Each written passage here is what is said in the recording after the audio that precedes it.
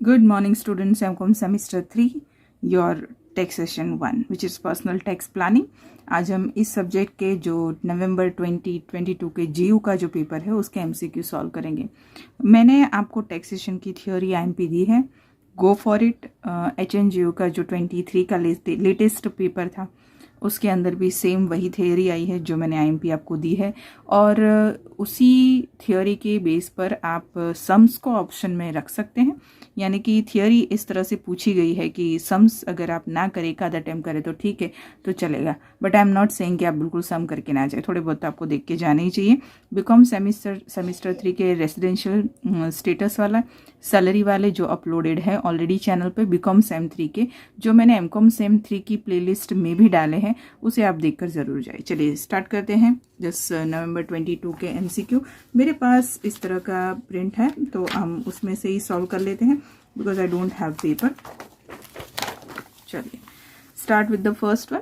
For previous year 2022-23 finance act is applicable. 2022 का finance act applicable है।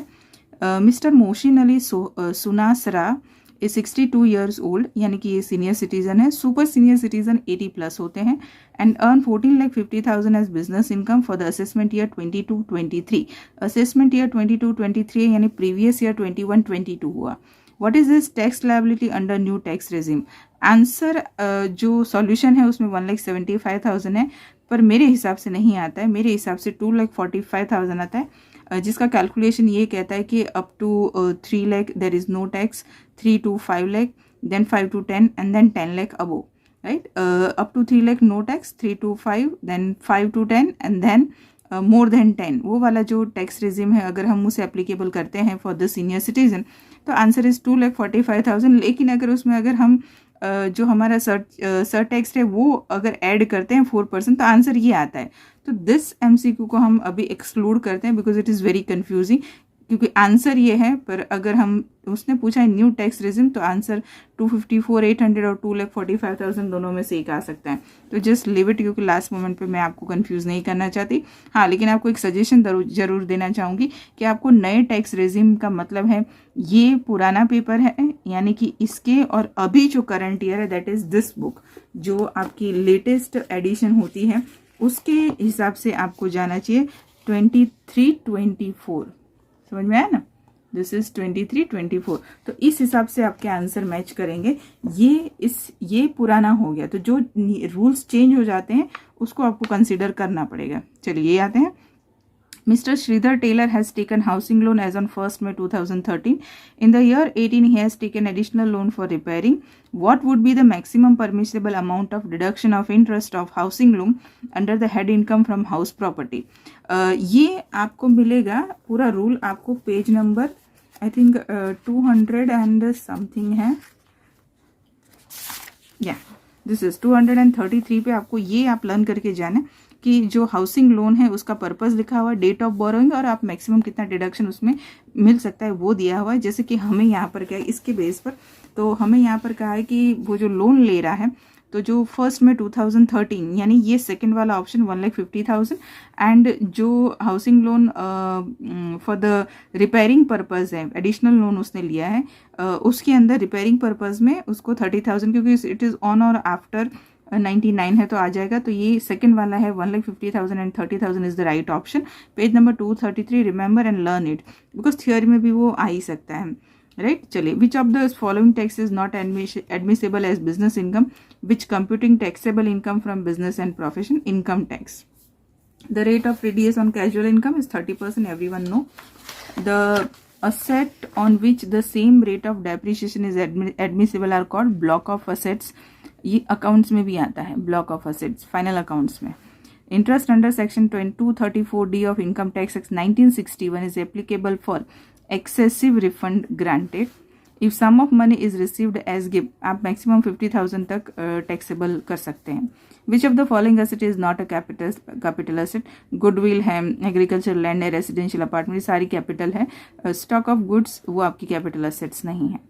Under the head salary income, the amount of interest credited to recognized provident fund account is exempted up to up to 9.5% of salary. ये मैं आपको बता दूं कि जो आप सैलरी का चैप्टर बीकॉम सेम 3 का, मैंने आपकी प्लेलिस्ट चेक देख लीजिए करें आप एमकॉम सेम 3 की, तो उसमें भी मैंने सिखाया है। और अगर आपको शॉर्ट में जानना है तो यहाँ पे मैं लिख देती हूँ कि जो प्रोविडेंट फंड है उसमें प्रोविडेंट फंड कंट्रीब्यूशन और इंटरेस्ट कंट्रीब्यूशन दोनों के लिए रूल अलग है। प्रोविडेंट फंड के लिए अप टू 12% है और इंटरेस्ट के लिए 9.5% है।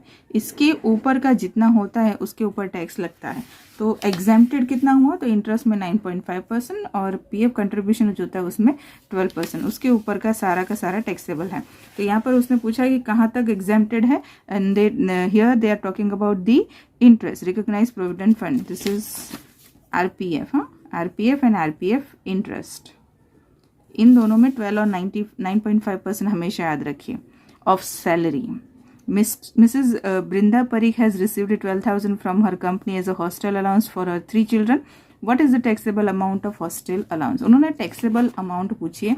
Again, I'm telling you कि सैलरी में ही ये आएगा जहाँ पर आपको ये पूछा गया है। This is for the hostel allowance. तो मैं आपको दोनों ही बता देती हूँ। 2 तरह के अलाउंसेस होते हैं। एक तो होता है आपका एजुकेशन अलाउंस, जिसमें एजुकेशन और हॉस्टल दोनों में मैक्सिमम 2 बच्चे के लिए ही होता है। अगर उससे कम है तो आप उतने लीजिए, लेकिन अगर उससे ज़्यादा है तो भी लिमिट आपकी 2 बच्चों की है। एजुकेशन अलाउंस जो होता है उसमें 100 रुपीज़ पर मंथ आता है। This is for education. Hostel allowance 300 rupees है। सो यहाँ अगर हम तीनों का टोटल करें तो 7,200 आएगा। मतलब 12,000 में से 7,200 माइनस करेंगे तो 4,800 will be right answer. Again hostel allowance 3 बच्चे हैं, हम 2 बच्चे ही लेंगे मैक्सिमम। 300 रुपये पर मंथ है, 12 महीने का 7,200 आएगा। That is exempted. हमको पूछा टैक्सेबल, तो 7,200 को 12,000 में से माइनस करो, this is taxable. The taxpayer plans his income tax obligation in such a way that he can get maximum advantage of all the provision of income tax law. Tax planning, 3 चीज़ों का मतलब आपको बहुत अच्छे से पता होना चाहिए। Tax planning, tax evasion and tax avoidance. Your book is not about taxation only, your book is about tax planning. So you must know the meaning of planning, invasion and avoidance. Difference करके जाना जो मैंने theory में दिया है आपको, ठीक है। So this is all about MCQ. ज़्यादातर थ्योरेटिकल एमसीक्यू है। सिर्फ सैलरी में से ग्रेजुटी, पेंशन, इन सब में से आपको कैलकुलेटिव पूछ सकते हैं। तो उसके लिए आप सेम 3 का टैक्सेशन का सैलरी और रेजिडेंशियल स्टेटस पढ़ के जाना है। Okay, so hope for the best of luck for the exam.